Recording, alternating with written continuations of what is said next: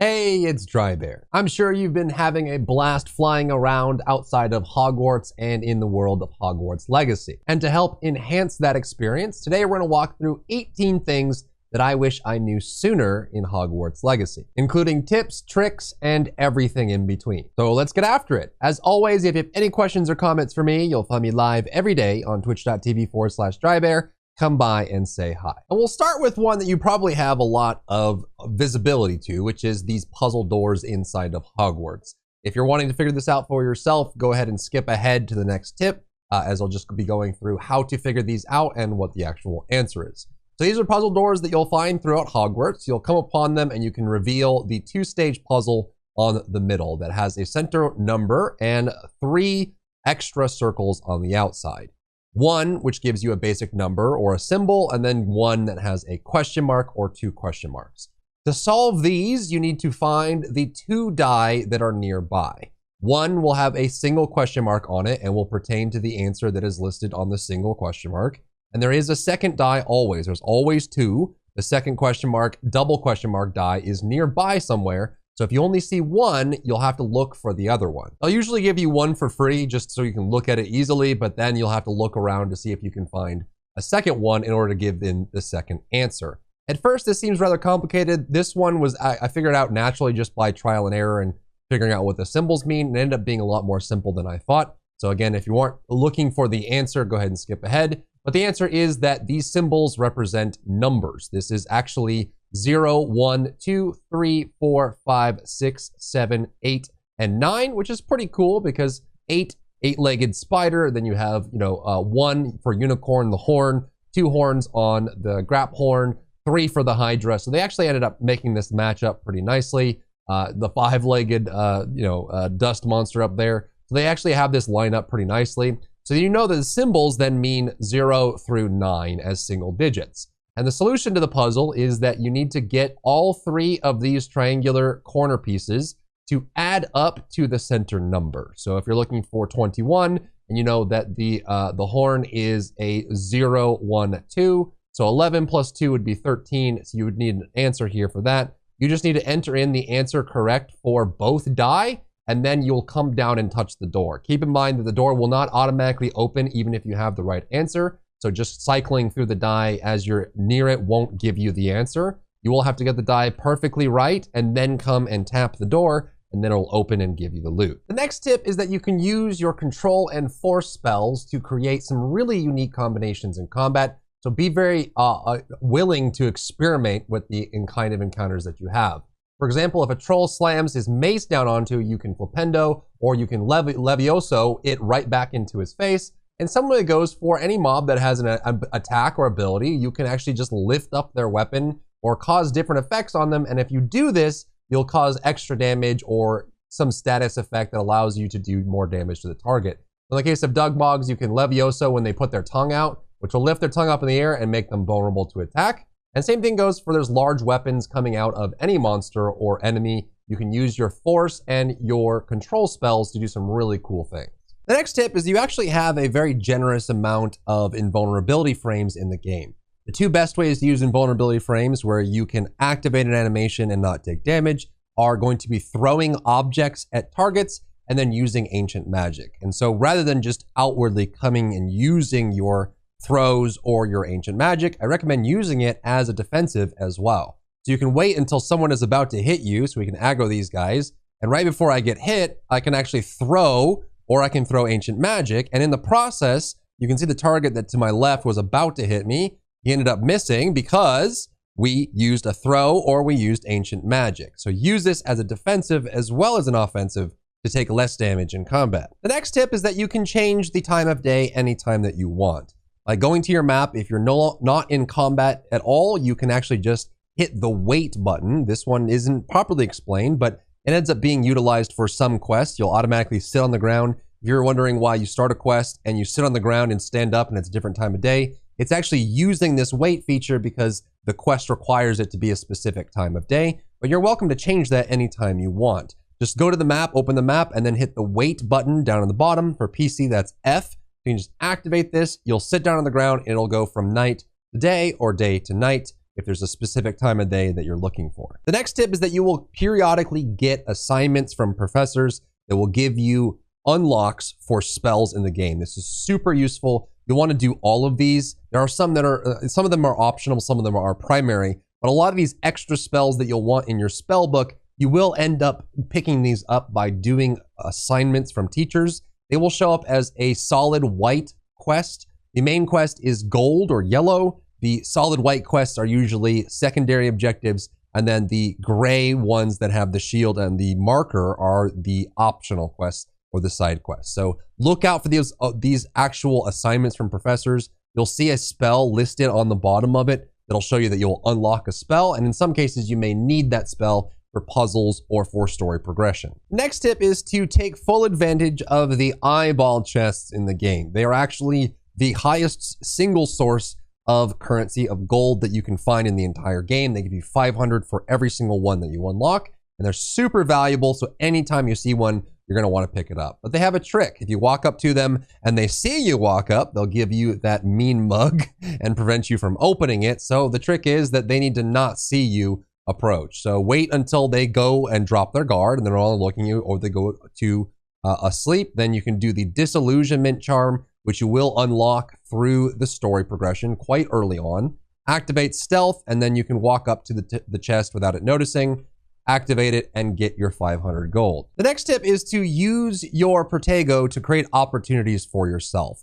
One of the coolest examples of this is being able to utilize the troll's natural attack patterns in order to create openings for yourself. When they throw a rock at you, you can block it, but rather than doing a stupefy right after, you can hit a grab on the rock and throw it back at them. So be very cautious about these combinations that exist. I can also show you the ground attack that you can do with the trolls with the Fulpendo, hit them in the face with their own club. A lot of cool combinations and things like that. So use your Protego not just for stupefy, but also to create opportunities for yourself in combat. The next tip is a neat little shortcut that exists in many RPG games, and the same is here for Hogwarts Legacy. And that is, if you don't want to navigate the map and figure out exactly where you need to go, you can just use the locate feature on your quests and not have to worry about it. So on each quest, if you hover over the quest, you'll have a hotkey that allows you to locate on map, and it'll automatically track the quest and show you where you need to go. So if you press locate on map, it'll actually give you the map location,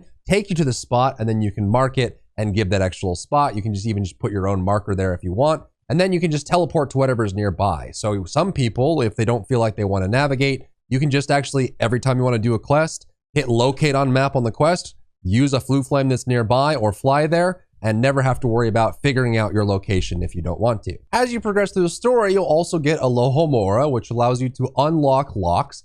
However, there are 3 tiers of this spell. You'll be able to unlock level 1 locks right away, but there are 2 and 3 that have great rewards throughout the story that you want to unlock for yourself. In order to get these higher tier locks unlocked, you will need to do the Man Behind the Moons quest, which requires you to find and collect 9 demiguise and turn them into the groundskeeper in order to unlock both 2 and 3 for Alohomora. You'll find the demiguise scattered across Hogwarts. I call them moon monkeys because it looks like a monkey holding a moon to me.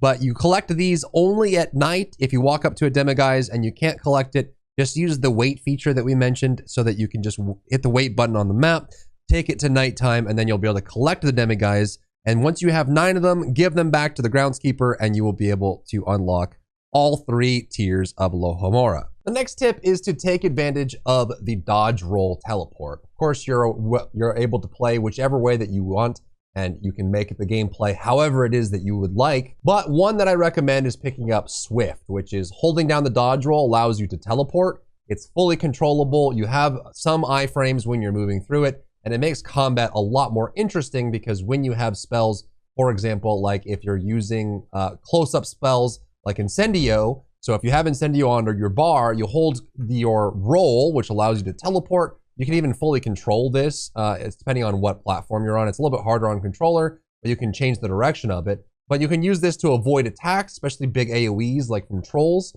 You can avoid those or go in close and use your Incendio, which can be a really nice way to mix up the combat going from ranged to melee and back and forth. Next tip is to take full advantage of Revelio. This is something that a lot of people end up spamming as they go further and further into the game, you walk around and use Revelio. Not only does it reveal enemies to you, it will reveal quest objects and interactable items, breakable walls in blue, and loot items in gold. But there's also a really cool thing you can do with it if you're someone who likes to use the map to explore and you like the open world aspect, and you're using your markers in order to keep track of where you are, where the dens are, where things are that you're trying to track. You can actually, while you're in the air, activate Revelio, and it will put the markers of the map on your in-world space. So if you're looking for a den or a Merlin trial, rather than jumping to map and back, you can Revelio on the broom while you're flying to reveal those markers and use it to your best advantage. The next tip is to seriously consider upgrading your gear.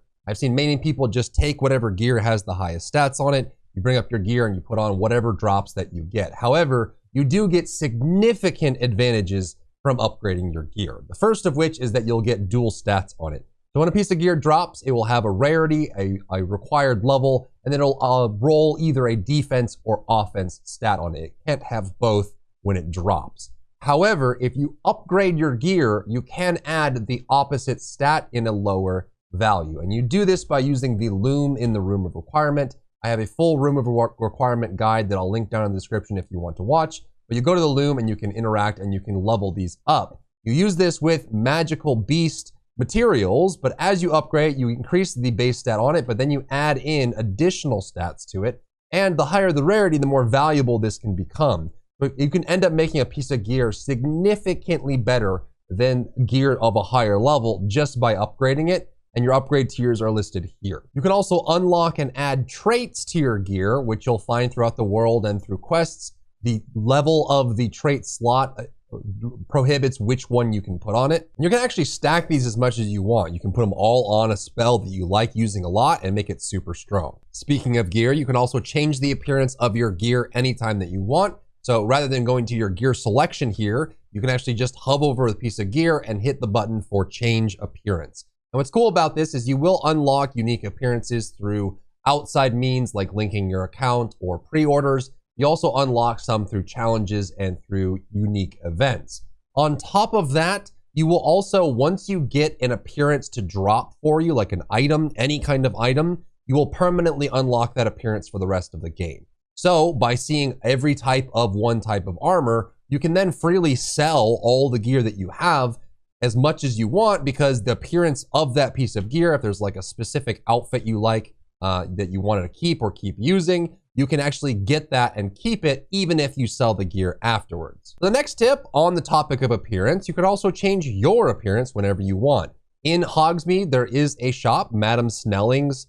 You can just go here and then you can actually change your character's appearance whenever you want. Walk into the shop, talk to Miss Snelling, and you'll bring up the same character creation menu that you had at the beginning of the game when you made your character. And if you want to, you can change them up and just change your appearance mid-game. The next tip is to sell your gear regularly. Just make sure that you're focusing on having high quality gear that you can keep and hold on to, and you upgrade it to give it additional stats and put better trait slots on it with better traits. And remember, once you get a piece of gear, if you like the appearance, you unlock it permanently. So you don't have to keep it or hold on to it if you want to keep transmogging your appearance.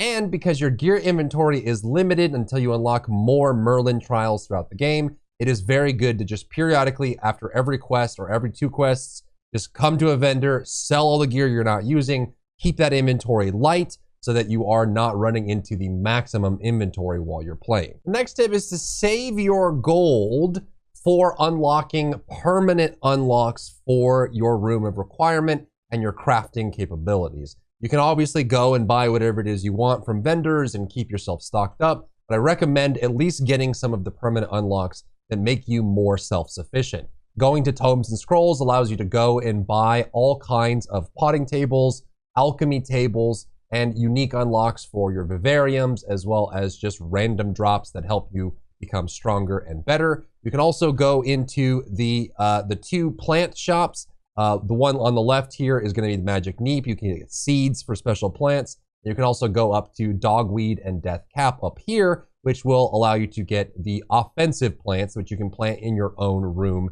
of requirement. You can also go and get the recipe or the spellcraft for potions in J. Pippin's, and I would strongly suggest saving gold to make sure you unlock as many of the spellcrafts and get the seeds that you need to plant the plants. You only need to buy it once, and then you have it permanently. You don't have to worry about it after that. And the last tip I'll leave you with is to invest in your room of requirement, including your vivariums. This is a great source of crafting and upgrading materials. So spending the time to capture and store or rescue the beasts that you find out in the world so that you can get plenty of extra materials for crafting and upgrading your gear. These vivariums are super useful. Again, I have a link to my room of requirement guide that goes through all the magical beasts, all the benefits of having vivariums, but then you can just get tons of these magical beast materials yourself. You can invest in having your own little factory here that gets all these herbology growths. You can get every plant in the game